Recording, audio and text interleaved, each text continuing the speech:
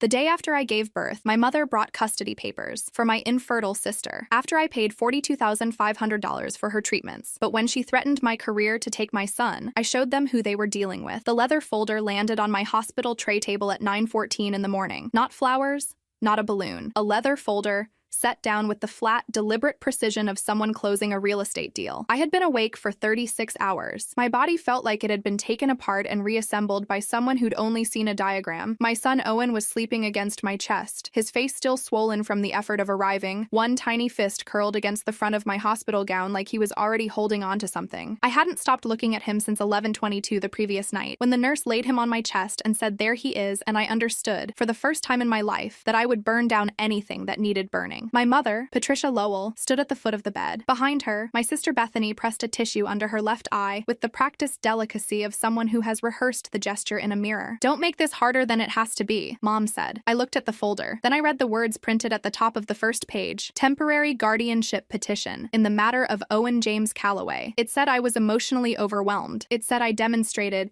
analytical detachment, inconsistent with maternal bonding. It said I was, in the clinical language someone had paid to assemble, unsuitable. They had taken my career, 15 years of financial compliance investigation for the state of Vermont, the career that had bought me this hospital room in the first place, and turned it into evidence against me. I didn't move. I didn't raise my voice. I pulled Owen slightly closer and read the entire first page before I looked up. "I have a nursery ready," Bethany whispered. "I have room in my heart." She said it the way you'd say a line you'd practiced until it stopped sounding practiced. "His name is Owen," I said. She flinched, like I'd announced something she hadn't expected to be true yet. Here's what neither of them knew. I already had the file. 14 months earlier, I'd been sitting at my kitchen table at 6 a.m. with a cup of coffee going cold beside my laptop, doing what I do every morning, reading. Specifically, I was reading a complaint summary for a case involving fraudulent invoicing through shell LLCs in the healthcare billing sector. Standard Tuesday. My phone rang. Bethany. She'd been crying. I could tell from the first syllable. My sister has 3 modes of crying: the kind she does alone, the kind she does at you, and the kind she deploys strategically in moments when she needs something large. This was the third kind, but I didn't know that yet. I was 37 weeks pregnant, running on less sleep than usual, and I still thought my sister and I had something real between us. She told me she'd been diagnosed 18 months ago, diminished ovarian reserve. Her husband Marcus had low motility. The doctors had told her IVF was possible, but the odds weren't good, and the costs were enormous, and she'd been trying to figure out how to tell me, and she was so sorry. She knew I had my own situation, but she didn't know who else to call. I didn't hesitate. Bethany is 8 years younger than me. She's always been the one people described as fragile, as if fragility were something that happened to her rather than something she performed. Growing up, I was the one who handled things. She was the one who needed handling. I'd spent most of my adult life believing that dynamic was a kind of love. I was wrong about that too. "Tell me what you need," I said. She told me. Over the following months, the invoices came from 3 different clinics in Maine: Portland, Augusta, Bangor. Clinic names I hadn't heard of, but that wasn't unusual. Fertility medicine is a specialized, fragmented field. The invoices were formatted correctly. The dollar amounts were consistent with industry ranges. The payment instructions directed me to an account registered to an LLC named Lowell Family Medical Trust. I wired the first transfer, $200. In October. I'm going to tell you something about being a financial compliance investigator for 15 years. You get very good at noticing when numbers tell a story. You also get very good at noticing when you don't want to notice, which is a different and more dangerous skill. I didn't start asking questions until February, and I'll carry that for a while. It started with a small thing, a date discrepancy on an invoice from the Portland clinic, a retrieval procedure billed for a Thursday that Bethany had mentioned being at a weekend craft fair in Burlington. Not impossible. People attend craft fairs and have medical procedures. But I noted it, filed it in the part of my brain I use professionally, which runs a little cooler than the rest. Then the Augusta invoice arrived with a provider NPI number I ran through the National Plan and Provider Enumeration System out of habit. The number didn't match the physician name on the invoice. That happens with billing errors, also with fabricated documents. I told myself it was a billing error. My hands didn't quite stop shaking for the rest of that afternoon. In March, I started building the secondary file, not the one with Bethany's invoices and my wire transfer confirmations. That one I'd always kept because I keep records the way some people keep houseplants, reflexively and without thinking about it. The secondary file was the one I built quietly, using the skills I'd spent a decade and a half sharpening. The Portland address on the invoices was 114 Marginal Way. I pulled it on Google Street View. It was a nail salon called Bella Nails. The signage was the same shade of pink it had been in photos going back 4 years. The Augusta address was a suite number in a professional building that had been converted to offices in 2019. A state business registry search for the suite number pulled up a closed tax preparation service that had surrendered its license in 2021. Bangor store was a mailbox store next to a Subway restaurant, the kind of place where you can rent a suite number for $40 a month and it shows up on mail as a legitimate address. No licensed physicians, no state registration, no record with the Maine Board of Licensure in Medicine. The website for each clinic, I found them through the domain registration on the invoice letterheads, had been registered within the past 18 months, was built on a basic template, and used stock photography I could reverse image search back to a Ukrainian photo agency. The payment accounts for all 3 invoices resolved through 2 layers of LLC structure to a business registered under the legal name Bethany Ann Lowell. $42,500. 16 months. My sister. I sat in my car in the parking garage attached to my office building for 45 minutes that afternoon. The concrete was cold through the windows. My son moved inside me. He was 29 weeks then, and he moved a lot in the afternoons. Little seismic shifts I'd already started timing. And I put my hand on my stomach and I thought, okay.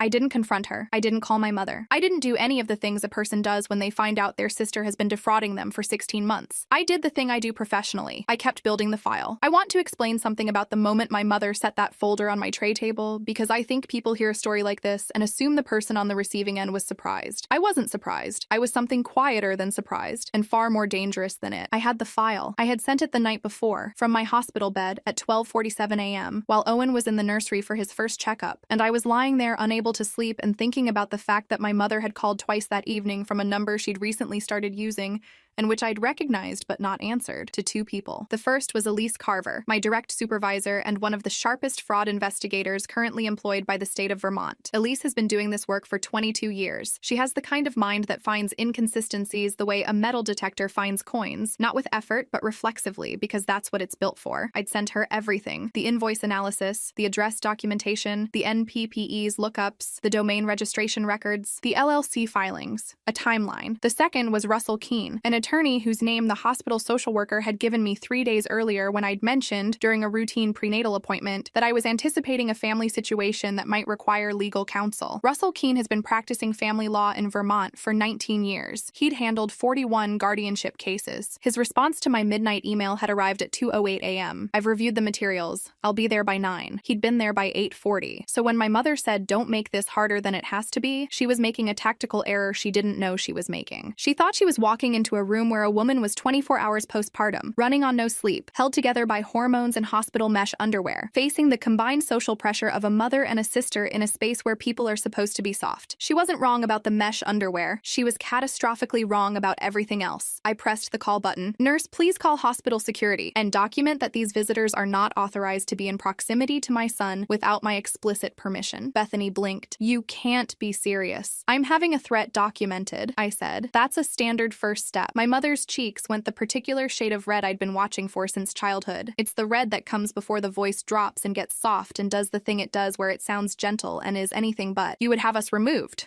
she said, "from a hospital the day after you gave birth. I'm not having you removed. I'm having an unauthorized presence near a newborn documented by security personnel in the event this becomes a legal matter, which it already is since you're holding a guardianship petition." The guard came. He was young, 25, maybe 26, with the composed expression of someone who'd been trained to remain neutral in exactly this kind of situation. My mother tried the wounded mother voice. Bethany pressed one hand to her sternum and let her eyes fill. I let them perform. Then I told the guard exactly what had happened in sequence, without editorial: the folder, the petition, the nature of the documents, the fact that I had not invited either visitor and had not been notified they were coming. He wrote it down. My mother, on her way past the door, said something under her breath that resolved into "ungrateful girl." "Write that down too," I said. She called from a blocked number at 7:52 the following morning. I want to be precise about what I'd done between those 2 moments, because people sometimes hear a story like this and assume the protagonist was running purely on adrenaline. I wasn't. I'd slept 4 hours in 2 shifts. I'd nursed Owen 3 times. I'd eaten a bowl of oatmeal the nurse brought at 6, and I'd had 2 cups of coffee, and I'd spent 40 minutes on the phone with Russell Keene and 20 minutes on the phone with Elise Carver, and I had a very clear picture of where things stood legally and professionally. I answered the call on speaker. Sarah Dunmore, the hospital social worker who'd been assigned to my case after the previous evening's security documentation, was sitting in the chair beside my bed. My phone was propped against my water pitcher. The recorder application was running. "Sign the papers,"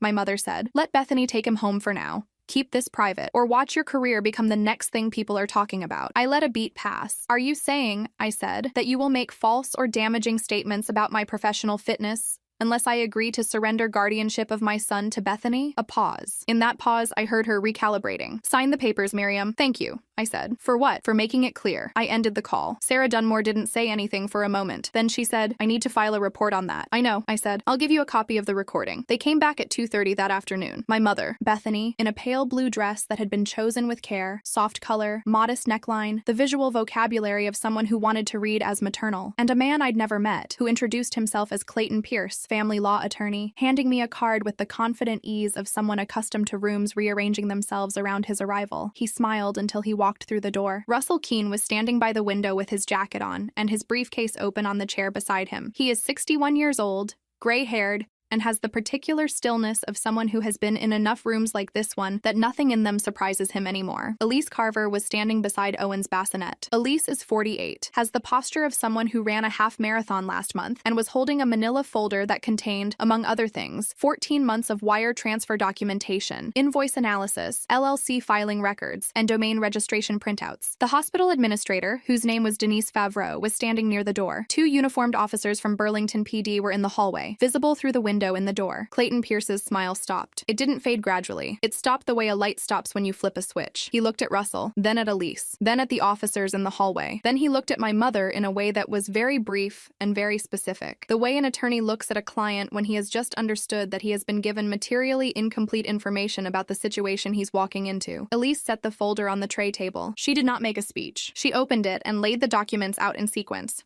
the way you would at a case review, and she identified each one with the flat precision of a professional who has done this 1,000 times. The invoice with the mismatched NPI number, the Portland address resolution to a nail salon, the Augusta suite to a defunct tax office, the Bangor address to a UPS store, the domain registration records for the 3 clinic websites showing registration dates 18 to 22. Months prior, the LLC filings showing Bethany Ann Lowell as the registered agent of Lowell Family Medical Trust, the wire transfer confirmations totaling $42,500. Russell set the recording of the morning phone call on the tray table beside the documents. Clayton took one small step away from my mother. It wasn't dramatic. It was the involuntary spatial recalibration of a man who has just decided he needs to not be standing next to someone. She set me up, my mother said. I looked at her for a moment. I gave you room, I said. You filled it. Bethany started crying. These were different from the tissue under the eye tears of the day before. These were the tears of someone whose structure has just collapsed, and they were real. And I want to be honest about the fact that I felt something when I saw them. Not softness, exactly, but recognition. She had built something elaborate and fragile, and she had believed in it the way you believe in something you've spent a long time building. I needed help, she said. You always had everything. I had always had everything. I had worked 60-hour weeks for 15 years. I had managed my mother's finances after my father left. I had loaned Bethany money for her wedding, for her car, for the deposit on the apartment she and Marcus had lived in before they bought their house. I had done all of this without being asked and without keeping score because I was the competent one, and the competent one is not supposed to keep score. I kept score. I had Owen, I said. That's what this was about. She didn't answer, which was answer enough. The officers were professional. Statements were collected. Clayton Pierce asked to speak with his client privately, and within 40 minutes, the guardianship petition had been formally withdrawn. A detective from the Burlington Economic Crimes Unit, a woman named Patricia Holst, who'd been contacted by Elise 2 days prior, arrived at 4:15 and began a preliminary interview. The fraud case was already open before my mother left the building. I nursed Owen at 5 p.m. The room was quiet. The afternoon light was coming through the window at the angle that made the floor look warm, and Owen ate with the concentrated intensity of someone who has no idea that anything had happened and doesn't need to. Sarah Dunmore came in at 5:45 to check on me. Are you okay? She asked. I'm better than okay, I said. She looked at me for a moment. You want to talk about it? Not especially, I said. I want to watch him sleep. She nodded and left me to it. At 6:12 p.m., my phone buzzed. Unknown number, no contact name, a text message. 7 words. You should ask your mother about the will. I am not going to tell you I didn't feel the cold slide of that sentence down my spine, because I did. I had just navigated one of the more complex personal and legal situations of my life. I was 32 hours postpartum, and now there was a 7-word message from an unknown number,